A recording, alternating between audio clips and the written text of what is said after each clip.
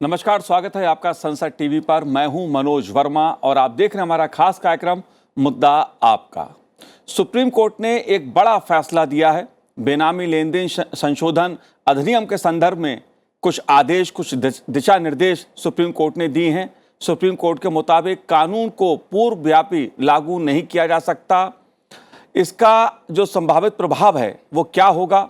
संशोधन मनमाना और मौलिक अधिकारों का उल्लंघन है, ऐसा सुप्रीम कोर्ट ने कहा है। दरअसल जो लेन देन संबंधी कानून है, अधिनियम है, उसको लेकर सुप्रीम कोर्ट ने कुछ दिशा निर्देश दिए हैं। आखिर बेनामी संपत्ति को लेकर सुप्रीम कोर्ट ने क्या दिशा निर्देश दिए हैं, क्यों ये फैसला लेना पड़ा, इसका क्या असर होगा, आज इन्हीं मुद्दों पर हम चर्चा करेंगे अपने खास मेहमानों के साथ। मेरे साथ खास मेहमान मौजूद हैं। ICAI के पूर्व अध्यक्ष वेद जैन जी हमारे साथ उपस्थित हैं इस समय। वेद जैन जी, आपका बहुत बहुत स्वागत है संसद टीवी पर। साथ ही ED के पूर्व प्रमुख कर्नल सिंह जी से मैं समझने की कोशिश करूंगा। कर्नल सिंह जी, आपका भी बहुत बहुत स्वागत है। और भारत सरकार के पूर्व कानून सचिव सुरेश चंद्रा जी भी हमारे साथ जुड़े हुए हैं। सुरेश जी, आपका भी बहुत बहुत स्वागत है संसद टीवी पर। शुरुआत कर्नल सिंह जी मैं आप ही से करूंगा कि जो सुप्रीम कोर्ट का आज लेन देन बेनामी संपत्ति के संबंध में जो फैसला आया है, जो दिशा निर्देश आए हैं, इसके क्या मायने हैं, क्योंकि कानून को लेकर अलग अलग कुछ तथ्य सामने आ रहे हैं। तो आज सुप्रीम कोर्ट ने जजमेंट दिया है, इसको हम दो पार्ट्स में तोड़ सकते हैं जी। एक पार्ट है कि जो 1988 में जब ये एक्ट लगा था बेनामी संशोधन वाला, तो ओरिजिनल एक्ट जो बना था 1988 में, उसका जो सेक्शन 3 पार्ट 2 है वो ये कहता है कि अगर कोई बेनामी ट्रांजैक्शन करता है तो उस पर 3 साल की सज़ा होगी। लेकिन बेनामी ट्रांजैक्शंस किसको कहा है जी, वो इम्पॉर्टेंट है इसमें। उन्होंने कहा है कि अगर सपोज एक आदमी दूसरे आदमी के नाम से कोई भी प्रॉपर्टी खरीदता है तो वो बेनामी प्रॉपर्टी है, बेनामी ट्रांजैक्शन है। अब इसमें बड़ा इंटरेस्टिंग है, एक्सेप्शन 3 ही एक्सेप्शन है इसमें जो उस समय के एक्ट में है। एक एक्सेप्शन उसमें यह था कि अगर कोई आदमी अपनी वाइफ के नाम पे प्रॉपर्टी खरीदता है या अपनी अनमैरिड बेटी के नाम से खरीदता है तो वो जी बेनामी प्रॉपर्टी में नहीं आएगा, या कोई डिपॉजिटर्स जो हैं उसमें नहीं आएगा बेनामी में। अब सवाल ये है कि अगर एक वाइफ अपने हस्बैंड के नाम से खरीदती है वो भी बेनामी में आ गया, एक फादर अपने बेटे के नाम से खरीदता है वो भी बेनामी में आ गया। तो सुप्रीम कोर्ट ने सबको एनालाइज किया और उन्होंने कहा कि इसमें हमें आर्बिट्रेरीनेस नज़र आती है और इसलिए उसने सेक्शन 3 पार्ट 2 को कहा कि अनकॉन्स्टिट्यूशनल है। अब सेकंड चीज़ आती है, अगर सेक्शन 3 पार्ट 2 अनकॉन्स्टिट्यूशनल है तो जो अमेंडमेंट हुआ है 2016 से पहले जी, उस समय की जितनी भी ट्रांजैक्शंस हैं बेनामी, अब उस पर कोई लॉ एप्लीकेबल होगा या नहीं होगा, तो ये सुप्रीम कोर्ट का सेकंड पार्ट है। उन्होंने कहा जो अमेंडमेंट हुआ है 2016 में ये प्रोस्पेक्टिव ही लागू होगा, 2016 के बाद की ट्रांजैक्शंस पे लागू होगा, 2016 के पहले की ट्रांजैक्शंस पे लागू नहीं होगा। रीज़न क्या है कि जो एक्ट है उसने कहा है कि बेनामी ट्रांजैक्शंस के ऊपर है, बेनामी प्रॉपर्टी होल्ड करने के ऑफेंस नहीं है। अगर कोई आदमी बेनामी ट्रांजैक्शन सपोज किसी ने 2012 में की और आज भी उसके पास बेनामी प्रॉपर्टी है, तो ये एक्ट कहता है कि जिस साल में ट्रांजैक्शन हुई, जिस वर्ष में ट्रांजैक्शन हुई, वो ऑफेंस है। अब 2016 से पहले अगर वो ट्रांजैक्शन हुई है तो सुप्रीम कोर्ट कहता है ये ऑफेंस नहीं माना जाएगा। इसलिए जो अमेंडेड सेक्शन है 2016 का वो रेट्रोस्पेक्टिव एप्लीकेबल नहीं होगा। जी।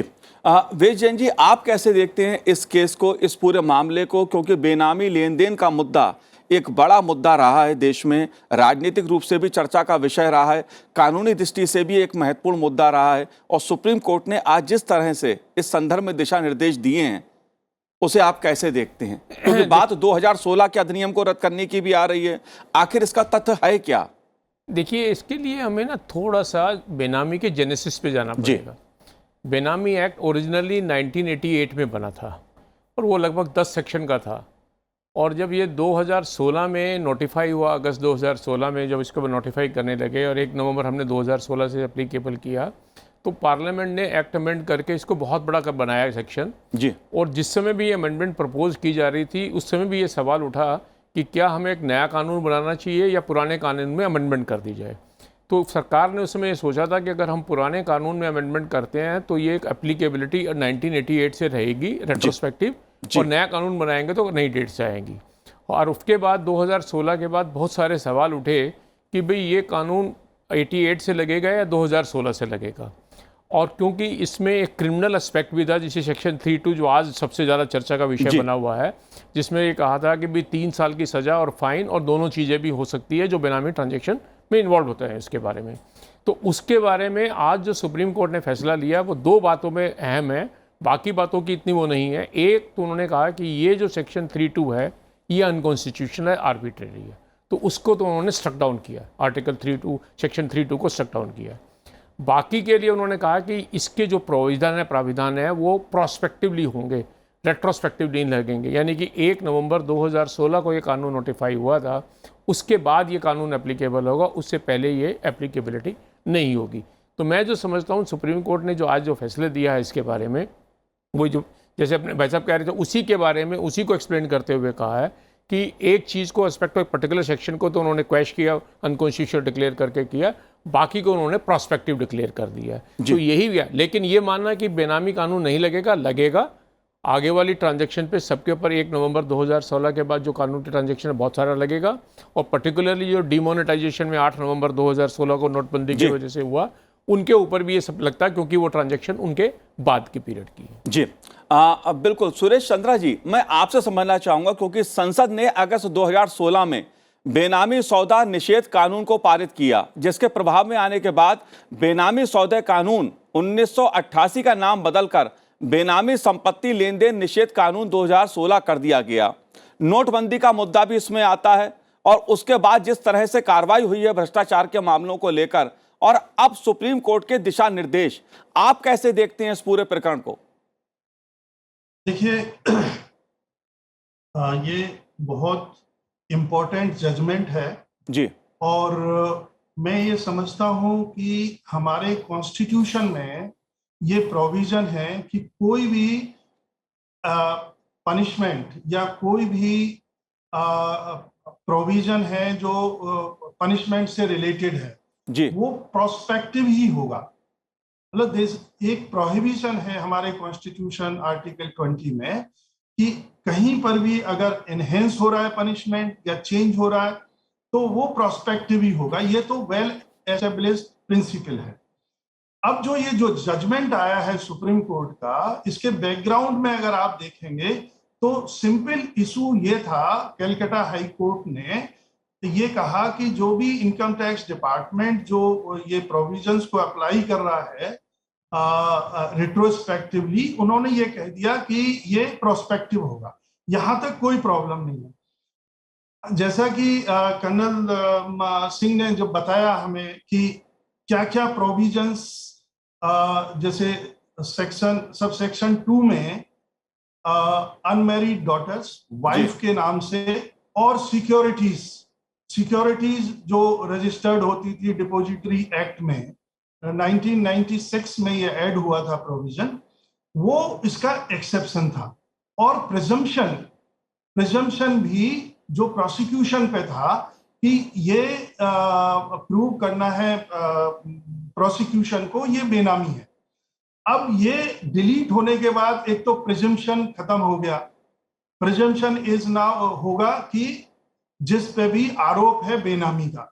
जी, दूसरा जो इम्पोर्टेंट प्रोविजंस जो 2016 में जो प्रोविजंस आए, चैप्टर 3, चैप्टर 4, चैप्टर 5, 6 और 7 के अंदर जो पनिशमेंट्स आए, पनिशमेंट में पहले था अप टू 3 इयर्स, अब ये हो गया नॉट लेस देन 1 ईयर और अप टू 7 इयर्स। जी, एक इंपॉर्टेंट प्रोविजन और है जो सेक्शन 5 में है।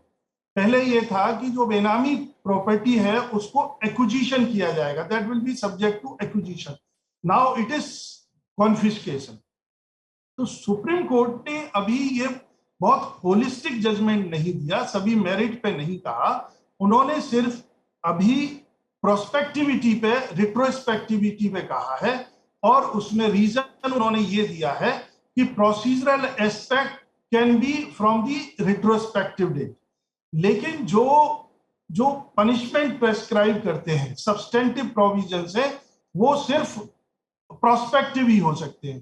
तो सुप्रीम कोर्ट ने सिंपल कॉन्स्टिट्यूशन को अपहोल्ड करते हुए ये कहा है कि not only the means, ji not only the ends, but means should also be justified. जी इसका इम्पैक्ट चाहे जो भी हो, जी। इसका इम्पैक्ट मैं ये मानता हूं, rule of law has to prevail. जी ठीक है कर्नल साहब, अगर इस कानून में संशोधन करना पड़ा, 1988 से 2016 में संशोधन का एक नया अधिनियम बनाना पड़ा, संसद को कानून बनाना पड़ा, उसकी वजह क्या थी? और अब जो सुप्रीम कोर्ट ने इसमें दिशा निर्देश दिए हैं, उसके पीछे क्या कारण है? देखिए, जो क्या असर पड़ेगा? जो 1988 का एक्ट था उसमें डेफिनेशन जो थी, सबसे पहली चीज़ बेनामी ट्रांजैक्शंस की डेफिनेशन आर्बिट्रेरी थी, जो सुप्रीम कोर्ट ने भी अब कहा है। जैसे बताया कि कोई भी ट्रांजैक्शन अगर एक आदमी दूसरे के नाम से प्रॉपर्टी खरीदता है, एक्सेप्ट अपनी वाइफ के लिए, अपने बच्चे के लिए, बेटी के लिए, अनमैरिड डॉटर के लिए, या सिक्योरिटी की डिपॉजिटरी जो हैं, उसके अलावा सारी ट्रांजैक्शन जो हैं वो ये मान ली गई कि ये ट्रांजैक्शन जो है बेनामी है। नाउ सपोज कर लो वाइफ अपने हस्बैंड के लिए प्रॉपर्टी खरीदती है, इसको भी बेनामी माना जाएगा इसमें। इसलिए एक होलिस्टिक अमेंडमेंट की ज़रूरत पड़ी। अगर अब नया अमेंडमेंट देखें तो उसमें जो बेनामी ट्रांजैक्शंस की डेफिनेशन है बहुत डिटेल में दी हुई है जी। और एक्सेप्शंस बहुत ज़्यादा दिए हुए हैं। ऐसे नहीं कि अगर आदमी अपनी फैमिली के नाम से और HUF में एक आदमी दूसरे आदमी के नाम से भी प्रॉपर्टी खरीदता है तो उसको बेनामी नहीं माना गया। तो एक तो बड़ा जो बेनामी ट्रांजैक्शंस उनको अच्छी तरह से इसमें डिफाइन किया गया है। सेकेंडली इशू ये था कि बहुत सारे लोग बेनामी ट्रांजैक्शंस में इन्वॉल्व थे। गवर्नमेंट सर्वेंट्स करप्शन कर रहे थे, करप्शन करके किसी और के नाम से प्रॉपर्टी खरीद रहे थे। इसके अलावा जितने भी हमने मनी लॉन्ड्रिंग के केसेस भी देखे, उन केसेस में भी जो प्रोसीड्स ऑफ क्राइम है किसी दूसरे के नाम से रखा गया। तो इसलिए बहुत ज़रूरत थी कि एक इस तरह का एक्ट आए जो जितने भी बेनामी ट्रांजैक्शंस हैं उनको जो है अटैच किया जा सके। इसमें अटैचमेंट का प्रोसीजर है, लाइक PMLA में जैसे अटैच करते हैं, इसमें अटैचमेंट का है, एडजुडिकेटिंग अथॉरिटी है। तो एक पूरा प्रोसीजर दिया है, सिविल प्रोसीजर, कि कैसे अटैच करें, कैसे वो गवर्नमेंट में वो कन्फिस्केट होगी। और क्रिमिनल में इसकी सज़ा बढ़ाई गई है, जैसे सुरेश जी ने बताया 7 साल की सज़ा कर दी गई। तो इसका इम्पैक्ट भी पड़ा है, बहुत इनकम टैक्स ने काफ़ी एक्शन लिए हैं इसमें जी। लेकिन अब इस एक्ट के बाद जो है लोग जाएंगे कोर्ट्स पे और ये कहेंगे कि जी हमारी जो ट्रांजैक्शन थी इससे पहले की थी। मुझे लगता है कि हो सकता है गवर्नमेंट को और अमेंडमेंट करना पड़े इसमें, जो कि केवल ट्रांजैक्शन नहीं, होल्डिंग ऑफ बेनामी property itself should be an offence. जैसे मनी लॉन्ड्रिंग में है कि मनी लॉन्ड्रिंग करना जो है, चाहे वो प्रोसीड्स ऑफ क्राइम एक्ट आने के पहले बने हो, वो ऑफेंस है। अगर होल्डिंग ऑफेंस होता तो ये रिट्रोस्पेक्टिव भी हो सकता था, लेकिन होल्डिंग ऑफेंस नहीं है, ट्रांजैक्शन ऑफेंस है। ट्रांजैक्शन ऑफेंस है, इसलिए जो है रिट्रोस्पेक्टिव पॉसिबिलिटीज़ की नहीं है। जी जैन साहब, खासतौर से बेनामी संपत्ति की मैं बात करूं, लेन देन की बात करूं, इसको लेकर तमाम सवाल लोगों के मन में आते हैं। कुछ बातें बताई कर्नल साहब ने, दर्शकों को मैं बताना चाहूँगा आपके जरिए कि बेनामी संपत्ति कौन सी होती है और कौन सी नहीं होती है, क्योंकि इसको लेकर अपने यहाँ जिस तरह के प्रावधान हैं उसको लेकर तमाम सवाल आम जनता के मन में भी आते हैं। देखिए मनोज जी, इसका आंसर बहुत सिंपल है जी। जैसे जनरल सिंह बता रहे थे, बिल्कुल करने से बिल्कुल वो आंसर बिल्कुल उसी से आता है। बेनामी कानून का मतलब ये है कि जिसमें पैसा तो किसी और ने दिया जी, और वो प्रॉपर्टी नाम किसी और के है।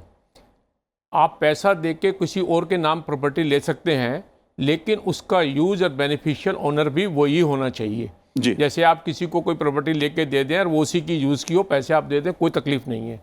लेकिन आप पैसा आप दें, नाम किसी और के हो और यूज़ आप करें। जी। तो मेन मुद्दा जो कानून को रोकने का है वो इस ट्रांजैक्शन को रोकने का है, कि ये रोकने का कि भाई जिसने क्राइम का पैसा इकट्ठा किया, करप्शन का पैसा इकट्ठा किया, वो अपने नाम तो प्रॉपर्टी ले नहीं सकता। वो अपने भाई के नाम से, किसी रिश्तेदार के नाम से, किसी और के नाम से, सर्वेंट के नाम से, ड्राइवर के नाम से प्रॉपर्टी ले लेते हैं और पैसा खुद देते हैं और एंजॉय भी खुद करते हैं। इस कोठी में रह रहे हैं, गाड़ी घुमा रहे हैं, बंगलों में घुमा रहे हैं, तो वो सारे होते हैं। इस कानून के लिए मेन मुद्दा तो ये है। और इंग्लिश में जो उसकी हम डेफिनेशन देते हैं आम आदमी के समझने के लिए है कि जहाँ कंसिडरेशन उसकी करने की किसी और ने दी, नाम किसी और के हो गई, ताकि वो दूसरा आदमी उसको जिसने दी है कंसिडरेशन उसके यूज़ के लिए है, डायरेक्टली और इनडायरेक्टली उसके यूज़ के लिए। अब इसमें सवाल आते हैं कि हमारे एक सामाजिक ढांचे को देखते हुए जी उसमें बहुत सारी एग्जम्पशन दी कि भाई किन परिस्थिति में ये बेनामी नहीं मानी जाएगी, कोई नाम किसी और को होगा। जी जैसे वाइफ के नाम से ली तो उसमें उन्होंने डेफिनेशन दे दी कि अपने स्पाउस के नाम और अपने बच्चों के नाम, अगर वो है आपस में तो फिर वो बेनामी नहीं मानेंगे। नए कानून में जो 2016 में कानून बना उसमें उसकी एग्जम्पशन दे दी। HEF में फैमिली मेंबर के नाम में एग्जम्पशन दे दी। फिर बिजनेस में भी होता है जिसमें पार्टनरशिप फर्म में पार्टनर के नाम ही रजिस्टर होती है, वो छोड़ दिया गया। कंपनी में एक डायरेक्टर होता है उसके नाम होती है, उसकी एग्जम्पशन दे दी। ट्रस्ट में ट्रस्टीज़ होते हैं उनके नाम की एग्जम्पशन है, वो दे दी है। और कानून की थोड़ी सी व्यवस्था बढ़ाने के लिए ये कहा गया है कि अगर वो प्रॉपर्टी का सोर्स डिस्क्लोज सोर्सेज से आ रहा है, यानी कि जिसने पैसा लगाया है वो अपना पैसा एक्सप्लेन कर सकता है कि इनकम टैक्स पे है या डिस्क्लोज सोर्सेज से है, उसको बाहर कर दिया। अब ऐसी प्रॉपर्टी भी हो सकती है जो नाम किसी के है, ये पता ही नहीं कि इसका पैसा किसने दिया। जी आज की डेट में पैसा जिसने दिया उसको आइडेंटिफिएबल है, और जिसके नाम में वो प्रॉपर्टी खड़ी है वो आइडेंटिफिएबल नहीं है, उनको बेनामी मान लिया गया। तो जो मेन मुद्दा बेनामी का, आम जनता को इसमें कोई डरने की जरूरत नहीं है कि बेनामी का कानून कोई ऐसा है। मुद्दा वही है जो इंटेंशनली पैसा दे के दूसरे के नाम प्रॉपर्टी करे ताकि मज़े खुद ले ले और उसका बेनिफिट खुद ले ले, ये एक मेन मुद्दा था। और जब 2016 में अमेंडमेंट की गई तो वो 1988 वाला कानून कभी बहुत तेज़ी से कभी लागू नहीं हुआ, उसके रूल्स भी बहुत नोटिफाइड नहीं हो पाए थे। तो अब उन बातों को ध्यान में करते हुए 2016 का कानून बनाया गया।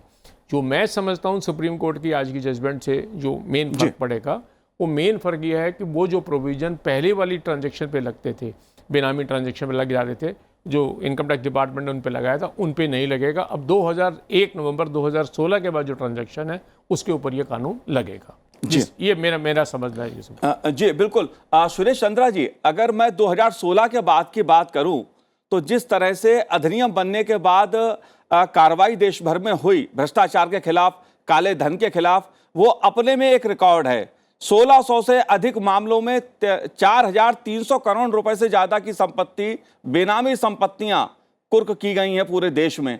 ये एक दिखाता है कि देश में बेनामी संपत्ति का जो लेन देन का मामला है वो कितना व्यापक है, कितना बड़ा है। आप कैसे देखते हैं कि सुप्रीम कोर्ट ने जो जजमेंट दिया है, जो दिशा निर्देश दिए हैं भ्रष्टाचार पर या बेनामी लेन देन पर, इसका क्या असर होगा? देखिए, सुप्रीम कोर्ट ने कोई भी ऐसा ऑर्डर पास नहीं किया जो हमारे बेनामी एक्ट को 2016 को बहुत ज्यादा डाइल्यूट करता हो। जी, उन्होंने एडजुडिकेटिंग अथॉरिटी को, जितनी अथॉरिटीज हैं उनको कहीं डाइल्यूट नहीं किया। जो अपीलेट ट्रिब्यूनल्स हैं उनकी पावर्स को कहीं डाइल्यूट नहीं किया। जो स्पेशल कोर्ट्स हैं उनको कंस्टिट्यूट करने का है वो कहीं डाइल्यूट नहीं किया। Terms and conditions of the adjudicating authorities as well as the special courts and appellate tribunals, उन्होंने कहीं कुछ नहीं बोला है। उन्होंने जो बोला है वो बिल्कुल आर्टिकल 20 के बिल्कुल अनुरूप है और उसमें ये बिल्कुल क्लियर है। पहली बार कई बार ये प्रश्न उठता है कि ये एक्ट को नोटिफाई क्यों किया जाए। जी, ये इशू हारला वर्सेस स्टेट ऑफ राजस्थान में उठा था। उन्होंने कहा कि आप कहते हैं no person shall be condemned unheard, but आपने तो नोटिफाई नहीं किया। जब तक आप नोटिफाई नहीं करेंगे, जब तक आप उनको पनिशमेंट नहीं करेंगे, और हमारे कॉन्स्टिट्यूशन में ये नियम है कि कोई भी क्रिमिनल कोई भी जो प्रोविजन है पनिशमेंट का, वो रिट्रोस्पेक्टिव नहीं हो सकता, वो सिर्फ प्रोस्पेक्टिव हो सकता है। और सुप्रीम कोर्ट ने उसी चीज को कहा है। जी, अब क्योंकि इसके इम्पैक्ट जो होंगे मनोज जी, जो मैं ये देख पा रहा हूं जी, उसके इम्पैक्ट इसके इम्प्लीमेंटेशन पे कहीं पर भी नहीं। उसके सिर्फ ये है कि जो आर्बिट्रेरीनेस इसमें थी इम्प्लीमेंटेशन में, वो खत्म हो गई है।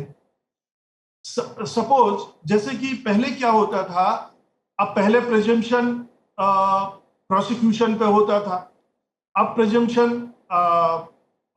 उस पे है जो जिस पे आरोप लगाते हैं। जी, तो वो जो सारी चीजें हैं वो हट गई हैं। पहले अगर आप कहेंगे पुरानी, वो ऐसा नहीं है कि बेनामी प्रॉपर्टी को अगर कोई आइडेंटिफाई करता है, ये करते हैं इनकम टैक्स डिपार्टमेंट या ईडी डिपार्टमेंट, उसको अभी भी प्रोसिक्यूट नहीं कर सकते या नहीं कर सकते। लेकिन जो अमेंडमेंट हुआ है जी, प्रिजम्पशन से रिलेटेड, कन्फिस्केशन से रिलेटेड, वो बहुत सारे हैं और इसमें अभी बहुत सारी चीजें सुप्रीम कोर्ट ने कही नहीं है, क्योंकि नॉर्मल जो हमारा नियम होता है, जो नॉर्मल रूल होते हैं कन्फिस्केशन के या जो पनिशमेंट के, सजा के जितने भी होते हैं, वो गवर्न होते हैं सीआरपीसी से, नॉर्मली क्रिमिनल प्रोसीजर कोड से। यहाँ पर ये सेल्फ कंटेन्ड हमने कोड बनाया था, एडजुडिकेटिंग अथॉरिटीज बनाई थी, ट्रिब्यूनल्स बनाए थे, they have to follow their own rules. वहां पे सीआरपीसी नहीं लगेगी, सीपीसी नहीं लगेगी, ये सब कुछ नहीं लगेगी।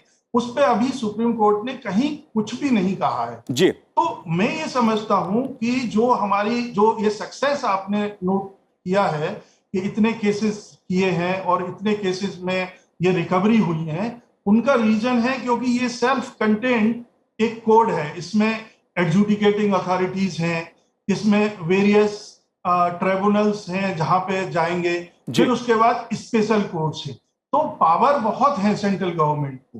तो ये सेल्फ कंटेन्ड कोड था जिसको इम्प्लीमेंट करने में आसानी थी जी, जो जिसमें ये एग्री करेंगे प्रोसिक्यूशन वाले हमारे कर्नल सिंह जी कि कई बार क्या होता है, प्रॉब्लम आती है प्रोसिक्यूशन में, जब सीआरपीसी आईपीसी में जब आप जाते हैं, जब नॉर्मल कोर्ट्स में जाते हैं, तो I think he will be better. मैं बिल्कुल कर्नल साहब से ही समझना चाह रहा हूं, क्योंकि आजकल ईडी वैसे भी बहुत सुर्खियों में है। कर्नल साहब, बेनामी लेन देन का मुद्दा, काले धन का मुद्दा, नोटबंदी के बाद जिस तरह से काला धन निकल के सामने आया, वो भी देश भर ने उसको देखा। अब ये संशोधन या सुप्रीम कोर्ट के जो दिशा निर्देश आज के, आप कैसे देखते हैं, इसका क्या असर होने वाला है? इसका जो ऑलरेडी केसेस हैं जो इनकम टैक्स ने अटैच किए हैं और जिसमें ट्रांजैक्शंस 2016 से पहले हुई हैं, अब उन ट्रांजैक्शंस पे इफेक्ट पड़ेगा। मेरे हिसाब से जो मेरी बातें हुई हैं लोगों से, करीब 2/3 जो हैं केसेस ऐसे होंगे जो हो सकता है उसमें अटैचमेंट को क्वैश कर दिया जाए। तो गवर्नमेंट को भी इमीडिएट स्टेप्स इसमें हो सकता है लेना पड़े कि जैसे मैं कह रहा था कि अमेंडमेंट की जरूरत हो सकती है इस एक्ट में, कि इंस्टेड ऑफ ट्रांजैक्शंस बेनामी, हम बेनामी प्रॉपर्टी के विद होल्डिंग पे भी ऑफेंस होना चाहिए। जी, आप कैसे देखते हैं इसको, क्योंकि बेनामी संपत्ति के मामले में जो कानूनी दिशा निर्देश हैं और जो आया है सुप्रीम कोर्ट का जजमेंट, आगे की राह आप कैसे देख रहे हैं? देखिए, एक तो जो पहले क्योंकि पैसे का लेन देन का मामला बहुत व्यापक है। देखिए, एक तो इम्पोर्टेंट डेट बहुत इवेंट है, 1 नवंबर 2016 से तो ये एक्ट वैलिड है जी, और नोटबंदी 8 नवंबर 2016 को हुई। तो बहुत सारे केसेस बेनामी में नोटबंदी से रिलेटेड है जो लोगों ने किए, वो तो वैलिड है, वो तो कैश नहीं होंगे आज वाले केस के अंदर। तो एक बहुत बड़ी ट्रांजैक्शन बच जाएगी। लेकिन कर्नल साहब ने जो कहा कि ये भी बात ठीक है कि आज की डेट में दो तिहाई मामले बेनामी के 1 नवंबर 2016 के पहले के हैं। तो जो सतीश जी कह रहे थे वो बात ठीक है कि कानून ये कहता है हमारा कि जिस डेट को कानून बना उससे पहले किसी ने कोई एक्टिविटी की हुई है तो उसको हम क्राइम नहीं मान सकते, उसको इलीगल नहीं मान सकते, वो प्रोस्पेक्टिव होगा, क्योंकि उस डेट को, जिस डेट को उसने वो ट्रांजैक्शन की थी, वो इलीगल नहीं था, कानून नहीं था। तो वो एक सुप्रीम कोर्ट ने एक दिशा निर्देश दिए हैं कि इसको आप 1 नवंबर 2016 से बाद लगाइए, उसके पहले वाले ट्रांजैक्शन पे नहीं लगाइए। अब सवाल उठता है कि वो पहले वाली ट्रांजैक्शन कितनी बेनामी में ठीक थी या नहीं थी और सरकार उसको कैसे डील करती है, ये समय बताएगा कि क्या सरकार ये एक बड़ा सवाल है, क्योंकि 16 से पहले भ्रष्टाचार के बहुत मामले, काले धन के मामले, लेन देन के मामले, ये देश भर में खूब सुर्खियां बने हैं, उनका क्या होगा? नहीं, देखिए, काला धन का मामला, भ्रष्टाचार का मामला प्रिवेंशन ऑफ करप्शन एक्ट में, एक ब्लैक मनी एक्ट में, उसमें भी एक मुद्दा चल रहा है, वो उसमें उसके तहत किया जा सकता है। सवाल है कि बेनामी में अटैचमेंट और एजुकेशन जो है वो एक मुद्दा है जिसने सुप्रीम कोर्ट ने कहा, क्योंकि बेनामी इसको 1 नवंबर 2016 से पहले नहीं मान सकते थे क्योंकि ये कानून के अंदर नहीं आता था, तो आप इसको इस कानून में मत लीजिए, बाकी कानून तो लगेंगे। ये कर्नल साहब, इसका लीगल पक्ष क्या है? देखिए, इसमें मैं एक और चीज़ बताना चाहूँगा, जो बेनामी ट्रांजैक्शंस हैं जी, जैसे जैन साहब कह रहे थे कि दूसरे और भी ऑफेंसेस हैं, तो जो बेनामी जनरेट हुई हैं बिकॉज ऑफ करप्शन केसेस से, बिकॉज ऑफ इलीगल ट्रांजैक्शन से जी, वो सारी की सारी प्रिवेंशन और मनी लॉन्ड्रिंग एक्ट में भी आ जाती हैं। तो हो सकता है बहुत सी प्रॉपर्टी जो यहाँ बेनामी में अटैच हुई हैं वो ईडी ने भी अटैच कर रखी हो जी, एंड इसलिए ये आगे जाके पता लगेगा कि कौन सी प्रॉपर्टी रिलीज होती है एग्जैक्टली और कौन सी नहीं रिलीज होती इसके बाद। जाहिर सी बात है, बेनामी लेन देन का मुद्दा अपने में बड़ा गंभीर है कानूनी दृष्टि से, इसलिए बेनामी लेन देन से बचा जाए उतना ही अच्छा है। बहरहाल सुप्रीम कोर्ट के जो आज के दिशा निर्देश हैं, जो फैसला है, जो टिप्पणियां हैं, उसका आगे क्या असर होगा ये समय बताएगा। फिलहाल हमारे कार्यक्रम में इतना ही। आप तीनों ने संसद टीवी से चर्चा की, बातचीत की, आपका बहुत बहुत शुक्रिया तीनों का। तो आज हमारे इस कार्यक्रम में इतना ही। मुझे दीजिए आज्ञा, नमस्कार।